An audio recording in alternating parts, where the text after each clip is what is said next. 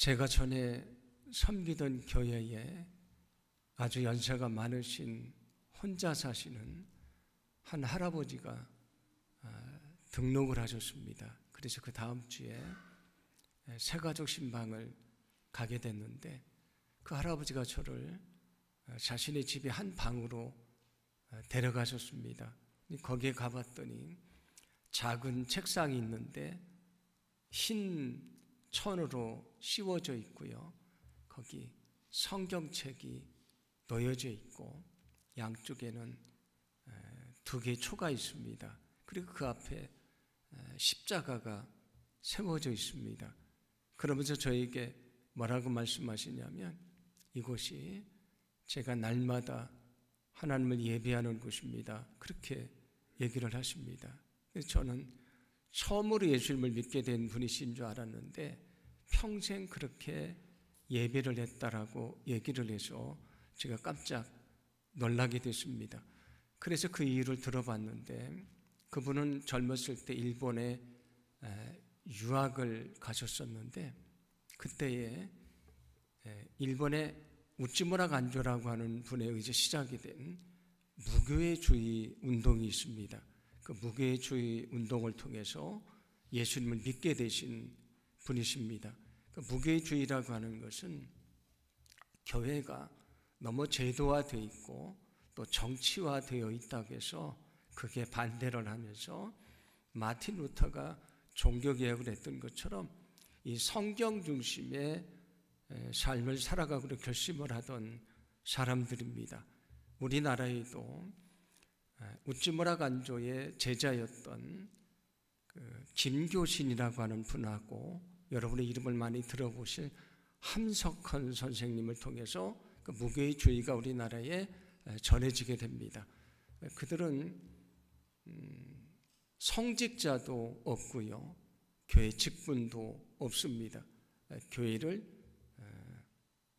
짓지도 않습니다. 그래서 가정이나 또 한 곳에서 모여서 자기들끼리 작은 그룹으로 모여 예배를 드리는 그런 신앙 운동인데 이분이 일본에 유학을 갔을 때에 그 신앙 운동을 접하게 됐고 예수님을 믿게 됐습니다. 그리고 한국으로 오셨는데 한국에는 이제 그렇게 모이는 사람들이 별로 없으니까 결국 혼자 평생 동안 하나님을 예배하며 사셨습니다. 성경에 대해서도 얼마나 많이 아시는지 저에게 큰 전지를 펼쳐서 보여주시는데 성경에 나오는 족보를 아주 조목조목 깨알같이 써서 정리를 하셨는데 제가 그걸 보고 깜짝 놀랐습니다. 성경도 많이 아시는 분입니다. 그렇지만 교회에 출석하지는 않으셨고 일평생 혼자 신앙생활을 하셨습니다. 그런데 한 성도님의 전도를 받게 됐고 교회라는 곳에 처음 나오게 됐습니다. 그분이 말씀하시기에 이 공간이 굉장히 낯선 곳이고 사람들과 교제하며 함께 신앙생활하는 것이 내게 참 쉽지는 않았는데 그러나 이렇게 함께 예배하고 교제하는 것이 얼마나 행복한 것인지를 이제 알게 됐다라고 얘기를 하셨습니다. 그리고 몇 년 동안 아주 행복하게 신앙생활을 하시다가 하나님 곁으로 가시게 됐습니다. 그분은 일생 동안 나와 하나님과의 관계만 중요하니까 사람들과 관계를 맺는 교회 공동체에 들어오지 않고 자기는 신앙생활을 할 수 있다고 생각을 했는데 마지막에 정말 온전한 신앙생활은 하나님하고만 하는 것이 아니고 사람들과 관계를 맺고 있는 교회 공동체에 사게 된다는 것을 알게 됐다고 말씀을 하셨습니다. 제가 지난 특별 저녁 기도회를 통해 말씀을 드렸던 것처럼 하나님 우리를 만드실 때에 혼자 살아가도록 만들지를 않으셨습니다. 함께 관계를 맺고 살아가도록 만드셨습니다. 하나님 우리를 부르셨는데 혼자 부르신 것이 아니고 교회라는 공동체로 부르셨습니다. 그 이유는 이 교회 안에서 서로 관계를 맺고 함께 신앙생활을 하도록 우리를 부르셨다 그런 얘기가 됩니다. 그래서 원래 교회를 의미하는 히라보는 에클레시아인데 그 뜻은 뭐냐면 특별한 목적을 위해 불러 모아진 사람들의 모임을 말합니다. 고대 그리스에서는 백성들의 모임, 민회라고 하는데 그 민회를 지칭하는 말입니다. 그런데 교회가 성도들의 모임이다 보니까 자연스럽게 에클레시아를 교회라고 칭하기 시작을 했고 지금은 그게 교회의 이름이 됐다 그런 얘기입니다. 그래서 사실은 에클레시아는 종교적인 단어가 아니고 사회적인 단어입니다. 사람들의 모임을 교회 에클레시아라고 말합니다. 이처럼 교회는 건물이 아니고 모임을 말하는 것입니다. 오늘 성경 말씀도 보시면 두 사람이 모여 기도할 때에 내가 그 기도를 들어줄 것이다 말씀을 하시고 이어서 뭐라고 말씀하시냐면 이렇게 말씀합니다. 마태복음 18장 20절 제가 봉독해 드립니다. 두세 사람이 내 이름으로 모인 곳에는 나도 그들 중에 있느니라. 아멘. 이게 두세 사람이 모여 있는 곳 성도들의 모임이지 않습니까? 거기에 주님이 계신다. 바로 그게 교회다 그런 얘기입니다. 이처럼 교회는 성도들의 모임을 말합니다. 그런데 이 모임이 얼마나 귀하고 소중한 것입니까? 성경은 성도들의 모임인 교회에 대해서 이렇게 말씀을 하는데 고린도전서 6장 20절입니다. 함께 봉독합니다. 여러분은 하나님께서 값을 치르고 사들인 사람입니다. 그러므로 여러분의 몸으로 하나님을 영화롭게 하십시오. 아멘. 여러분, 교회를 말합니다. 교회가 어떤 곳이라고요? 하나님이 값을 지불하고 사신 것입니다. 어떤 값을 지불했는가? 핏값을 지불하고 사신 곳이라고 말합니다. 어떤 핏값입니까? 하나밖에 없는 외아들을 세상에 보내시고요, 저 십자가에 달려 죽게 하심으로 그 값을 다 치르시고 사신 것이다. 교회는 그냥 세워진 것이 아니고요, 하나님이 외아들을 십자가에 내어서 피 흘리게 하심으로 사신 소중한 교회라고 말씀해 주십니다. 그래서 이어서 성경이 뭐라고 말합니까? 이 교회가 소중하기에 너희도 교회를 소중하게 여겨야 된다. 그렇게 핏값을 주고 사신 교회이기 때문에 이 교회가 하나님의 영광을 드러내야 된다고 말씀해 주십니다. 여러분, 이 교회를 소중하게 여기시기를 간절히 소망합니다. 그냥 세상 사람들 모임처럼 그냥 모여서 된 곳이 아니고요, 하나님이 외아들 십자가 내어 죽이시면서 얻게 된 너무도 소중한 교회입니다. 이 교회는 우리 생각대로 우리 마음대로 할 수 있는 것이 아닙니다. 여러분이 이 교회를 소중히 여기고 이 교회가 정말 하나님의 영광을 드러내는 교회가 될 수 있도록 여러분이 함께 기도하시고 협력해 주시기를 간절히 소망합니다. 그러면 하나님이 원하시는 교회는 어떤 교회인가?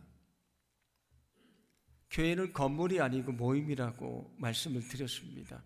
그래서 교회가 되려면 모여야 됩니다. 모이지 않으면 교회는 사라집니다. 유럽에 있는 오래된 교회들이요, 팔려가는데 어떤 교회는 술집으로 팔리기도 하고요, 어떤 교회는 이슬람 사원으로 팔리기도 합니다. 수백 년이 된 교회들이 팔려나갑니다. 왜냐하면 교회 건물은 있는데 거기 사람들이 없습니다. 교회가 없는 것입니다. 그래서 그 교회가 팔려갑니다. 아무리 큰 건물을, 좋은 시설을 갖춘 교회를 만들어 놨어도요, 성도들의 모임이 없으면 그거는 교회가 될 수가 없는 것입니다. 제가 전에도 말씀드렸는데 스위스의 제네바에 가면 존 칼빈이 종교개혁을 했던 아주 큰 교회가 있습니다. 그런데 굉장히 큰 교회, 웅장한 교회인데 제가 한 20년 전에 거기를 갔었는데 한쪽 구석에서 주일날 50명만 모여서 예배를 드립니다. 다른 교회가 아니고 존 칼빈이 종교개혁을 했던 이름 있는 교회입니다. 그런데 교회 건물은 웅장해서 관광지가 됐지만 그 안에 성도들이 별로 없습니다. 교회는 성도들의 모임입니다. 모여서 교회가 되는 것입니다. 그래서 주님이 원하시는 교회는 어떤 교회입니까? 열심히 함께 모이는 교회입니다. 여러분, 주님이 원하시는 교회는 열심히 함께 모이는 교회인 것을 믿으시기를 바랍니다. 예수님이 승천하신 후에 성도들이 무엇을 했습니까? 마가의 다락방에 모여서 기도를 했고 성령이 임해서 교회가 시작이 됐습니다. 교회는 어떻게 시작됐는가? 건물을 지으면서 시작한 것이 아니고요, 모여서 시작이 됐습니다. 그 모임을 통해 교회가 태어나게 되었고요, 지금까지 그 교회 역사는 이어져 왔습니다. 그러므로 중요한 것은 열심히 모이는 교회가 되는 것입니다. 교회는 모이는 곳에 힘이 있고 능력이 있다는 것을 결코 잊지 마시기를 바랍니다. 그래서 히브리서 10장 25절은 이렇게 말씀을 합니다. 제가 봉독해 드립니다. 어떤 사람들처럼 교회에 모이는 일을 게을리해서는 안 됩니다. 주께서 다시 오실 날이 가까워 옵니다. 더욱 서로 격려하고 충고합시다. 아멘. 모이는 것을 게을리하지 말아라. 혹시 모이는 것을 게을리하는 사람이 있다면 격려하고 충고하고 열심을 내라고 말해서 함께 열심히 모이라, 그렇게 말합니다. 왜냐하면 주님이 오실 날이 가까워졌기 때문이다라고 말합니다. 여러분, 우리가 서로 열심히 모이는 귀한 교회를 세워가기를 간절히 소망합니다. 우리 열심히 모일 때에 거기 하나님의 역사가 있을 것이고요, 그 가운데 하나님의 능력이 나타나게 될 것이고 우리 교회가 하나님의 뜻대로 쓰임받는 능력 있는 교회가 될 줄로 믿습니다. 주님이 원하시는 교회는 열심히 모이는 교회입니다. 우리가 그런 교회를 세워가도록 여러분들이 세상 일도 바쁘시고 할 일도 많지만 늘 예배의 자리, 목장으로 모이는 자리를 사모하시고 여러분이 열심히 모여주시기를 간절히 소망합니다. 모인 곳에 하나님의 역사가 있다는 것을 결코 잊지 않기를 간절히 소망합니다. 그럼 모여서 먼저 해야 될 것이 무엇인가? 그것은 서로 사랑하는 것입니다. 예수님께서 내가 너에게 새 계명을 준다고 말씀하시고 뭐라고 말씀하셨습니까? 내가 너희를 사랑한 것처럼 너희도 서로 사랑하라 말씀을 하십니다. 우리를 왜 불러 모아주셨는가? 사랑하라고 불러 모아주신 것입니다. 그러므로 교회의 가장 중요한 것은 사랑하는 것입니다. 만약에 교회가 아무리 큰 건물을 가지고 있고 거기 성도들이 많이 있다고 할지라도 사랑이 없다면 온전한 교회가 될 수가 없는 것입니다. 그래서 주님은 이렇게 말씀하십니다. 요한복음 13장 35절입니다. 함께 봉독합니다. 너희가 서로 사랑하면 이로써 모든 사람이 너희가 내 제자인 줄 알리라. 아멘. 우리가 주님의 제자가 된 증거는 사랑하는 것입니다. 이 교회가 하나님이 원하시는 교회라는 증거는 사랑하는 것입니다. 사랑할 때에 이 교회가 주님이 원하시는 교회가 된다는 것을 여러분 결코 잊지 않기를 간절히 소망합니다. 그래서 성경은 우리에게 이렇게 말씀을 합니다. 베드로전서 1장 22절입니다. 여러분은 진리에 순종함으로 영혼을 정결하게 하여서 꾸밈없이 서로 사랑하게 이르렀으니 순결한 마음으로 서로 뜨겁게 사랑하십시오. 여러분 순결한 마음으로 서로 뜨겁게 사랑하십시오. 여기 뜨겁게 살아가라는 말씀이 제게 큰 은혜가 됐습니다. 모여서 뭘 하라고요? 너희는 사랑하라고 말씀해 주십니다. 여러분 서로 뜨겁게 살아가는 교회가 되어야 한다는 것을 믿으시기 바랍니다.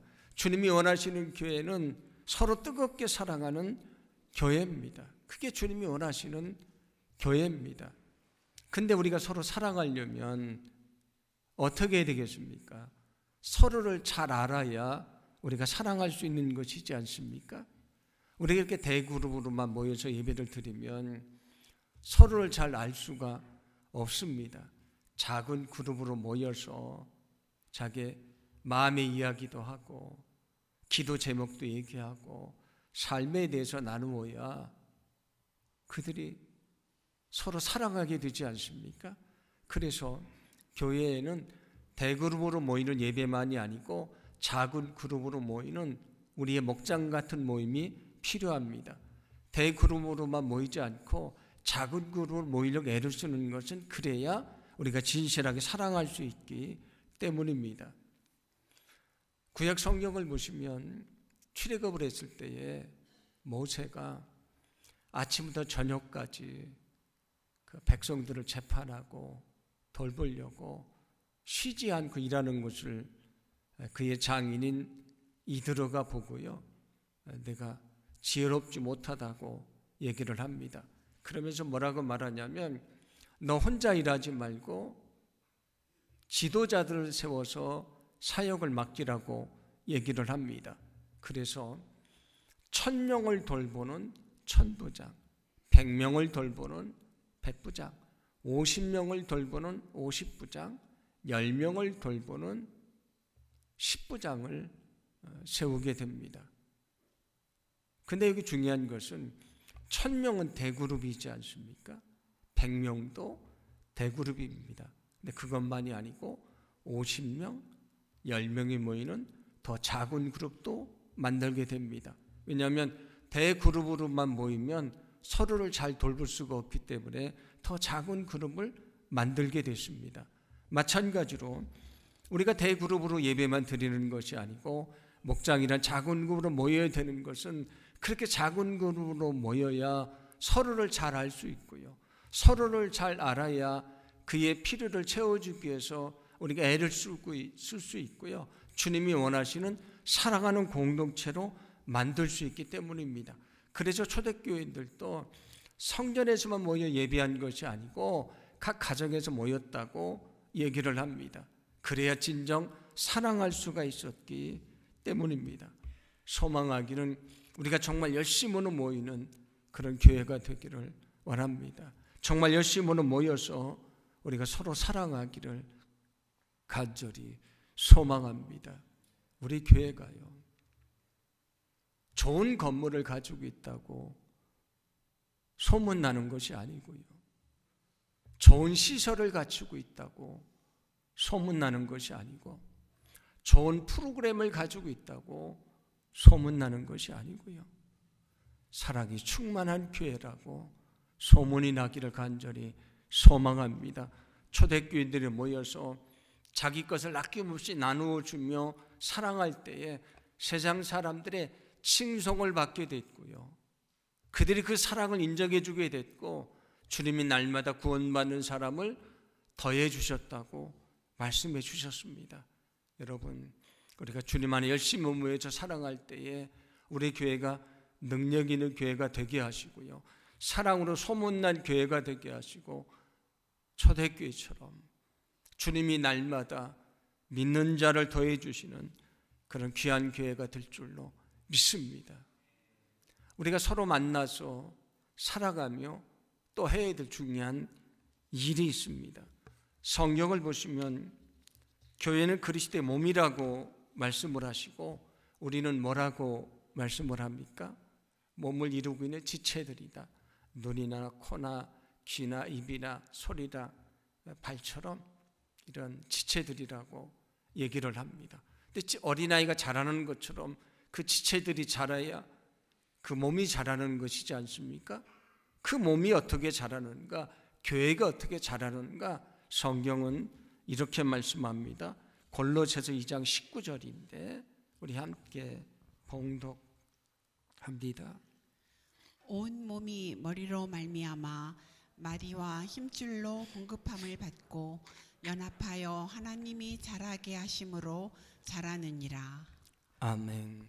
여기 온 몸의 지체들이 자라는데 어떻게 자라냐면 머리와 연결돼서 거기서 공급을 받아서 그 몸의 지체들이 자란다라고 얘기를 합니다.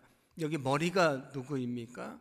성경을 보시면 교회는 그리스도의 몸이고 우리는 지체들인데 교회의 머리, 그 중심은 예수 그리스도라고 말합니다.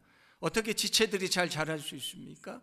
머리가 되시는 예수님과 잘 연결돼야 자랄 수 있다, 그런 말씀이 됩니다. 예수님이 포도나무 비유를 통해 들려주셨던 말씀이 있지 않습니까? 포도나무이신 예수님에게 가지 유리가 잘 연결돼야 너희가 자랄 수 있다, 열매를 얻을 수 있다 말씀을 하셨는데 그것을 말씀해 주십니다. 그리고 또 이런 말씀도 들려주시는데 에베소서 4장 16절입니다. 제가 봉독해 드립니다. 그에게서 온몸이 각 마디를 통하여 도움을 받음으로 연결되고 결합되어 각 지체의 분량대로 역사하여 그 몸을 자라게 하며 사랑 안에서 스스로 세우느니라. 아멘. 여기 보시면 서로 지체들이 서로 연결되고 그 다음에 결합되고 그들이 함께 도움을 받고 그리고 함께 일함으로 온몸이 자라게 된다 말씀을 합니다. 주님과만 잘 연결되는 것이 아니고 성도들과도 잘 연결돼야 그 교회가 잘 자라는 교회가 된다, 그런 말씀이 됩니다. 제가 지난 특별 저녁 기도를 통해서도 말씀을 드렸던 것처럼 어떤 분들은 우리가 하나님을 믿는 것이기 때문에 하나님과의 믿음의 관계가 중요하다고, 그것만 중요하다고 생각을 하고 사람들과 관계 맺는 것에 대해서는 관심을 가지지 않거나 그 관계를 별로 중요하게 여기지 않는 사람들이 있습니다. 근데 그렇지 않다고 말씀을 드렸습니다.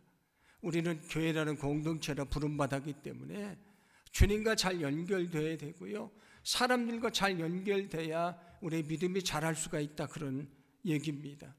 그러므로 우리가 잘 연결되어 주님의 제자로 성장하는 그런 귀한 교회가 되기를 간절히 소망합니다. 우리를 불러 모아주시고 사랑하면서 주님과도 연결되고요, 서로 잘 연결되기를 원하신다는 것입니다. 그래서 교회에 등록하신 어떤 분이 그냥 예배만 참석하는 것이 아니고 목장하고도 연결이 되고 성도들과 연결이 돼서 봉사를 하다 보면 그의 믿음이 훨씬 더 빨리 자라게 됩니다. 어떤 분은 믿음이 아주 좋으신 분이었는데 성도들과의 관계가 깨지면서 믿음이 약해지시는 분들이 있습니다. 왜냐하면 관계가 우리 믿음에 영향을 준다, 그런 얘기입니다. 좋은 관계 속에 믿음이 자라지만 그 관계가 깨지면 믿음이 약해지게 되어 있습니다. 그래서 오늘 성경은 우리에게 주님과도 잘 연결되는 관계를 맺어야 된다, 성도들과도 좋은 믿음의 관계를 맺어야 우리 믿음이 자랄 수 있다고 말씀해 주십니다. 그런데 관계를 잘 맺기 위해 필요한 것이 무엇입니까? 우리가 서로 다르지 않습니까? 다름을 인정하고 서로 존중해 주고 섬겨줄 때에 하나가 될 수가 있는 것입니다. 여러분, 소망하기는 우리가 서로 다르지만 서로의 다름을 인정하고 존중해 주고 사랑하면서 정말 주님 안에 잘 연결돼서 함께 믿음이 잘 성장하는 그런 교회가 되기를 간절히 소망합니다. 바로 그 교회가 주님이 원하시는 교회다, 그런 말씀이 됩니다. 열심히 모이는 교회가 되어야 된다고 말씀을 드렸는데 그런데 우리가 또 하나 잊지 말아야 될 중요한 것이 있습니다. 모이는 것이 마지막 목적이 아니라는 것입니다. 우리의 최종 목적은 흩어져서 영혼을 구원하는 것입니다. 그래서 주님이 우리를 부르셔서 만나게 하시고 살아가게 하시고 함께 믿음이 자라게 하시고 그리고 마지막에 들려주신 사명은 무엇입니까? 주님이 승천하시기 전에 들려주신 말씀은 이것입니다. 마태복음 28장 19절인데 우리 함께 봉독합니다. 그러므로 너희는 가서 모든 민족을 제자로 삼아 아버지와 아들과 성령의 이름으로 세례를 베풀고. 아멘. 이 땅의 구원자로 오신 주님의 마지막 명령은 너희가 세상으로 가라는 것입니다. 여러분, 우리가 열심히 모이고 사랑하고 믿음이 자라 주님의 제자가 된 다음에 해야 될 일은 흩어져서 영혼을 구원하는 것입니다. 그 교회가 주님이 원하시는 교회입니다. 여러분, 영혼 구원을 위해 흩어지는 교회가 되어야 한다는 것을 잊지 않으시기를 간절히 소망합니다. 그게 주님이 원하시는 교회입니다. 어떤 성도님들은 성도들끼리 교제하는 것에는 열심이지만 세상 사람들과 교제하지 않는 분들이 있는데, 그러나 그것은 결코 주님이 원하시는 방법이 아닙니다. 우리가 성도들하고만 교제하는 것이 아니고 믿지 않는 사람들과도 만나고 교제를 해야 됩니다. 왜냐하면 그래야 그들에게 사랑을 베풀 수 있고요, 그래야 그들을 섬겨줄 수 있고요, 그래야 그들에게 말씀을 전하고 주님 앞으로 인도할 수가 있기 때문입니다. 그러므로 우리 교회가 열심히 모이고요, 열심히 흩어져서 세상의 영혼들을 만나고 그들을 주님 앞으로 인도하는 그런 거룩한 교회가 되기를 간절히 소망합니다. 우리를 불러 모아주신 마지막 목적은 흩어져서 영혼을 구원하는 것입니다. 오늘 성경 말씀을 통해 우리가 나누었던 것처럼 하나님이 원하시는 교회는 열심히 모이는 교회입니다. 그리고 열심히 사랑하는 교회입니다. 정말 뜨겁게 살아가는 교회가 되라고 말씀해 주십니다. 주님과도 잘 연결되고 서로 잘 연결돼서 함께 믿음이 자라가라고 말씀을 합니다. 그리고 너희는 흩어져서 영혼을 구원해 내라고 말씀해 주십니다. 이런 교회를 세울 수 있도록 여러분들이 기도하시고 헌신해 주시기를 간절히 소망합니다. 이 일을 위해서 우리가 코로나를 거치면서 목장을 좀 재편할 필요성이 있어서 오늘 제가 칼럼에 쓴 것처럼 우리가 연말에 목장을 재편하려고 준비를 하고 있습니다. 이제 더 구체적인 것은 제가 또 계속 말씀을 드릴 것인데, 여러분들 이 일을 위해서 기도해 주시고 또 협력해 주시기를 간절히 소망합니다. 우리가 목장 재편을 통해서 오늘 말씀처럼 정말 더 열심히 모이는 교회, 정말 모여서 뜨겁게 사랑하는 교회, 주님과도 잘 연결되고 서로 잘 연결돼서 함께 믿음이 성장하는 교회, 함께 기도하며 흩어져서 영혼을 구원하는 교회가 될 수 있도록 여러분이 기도해 주시고 협력해 주시기를 간절히 소망합니다. 우리가 부족하고 연약한 것이 많지만 우리가 주님 안에 하나가 될 때에 주님이 원하시는 이런 교회를 세워갈 수 있도록 주님이 축복해 주실 줄로 믿습니다.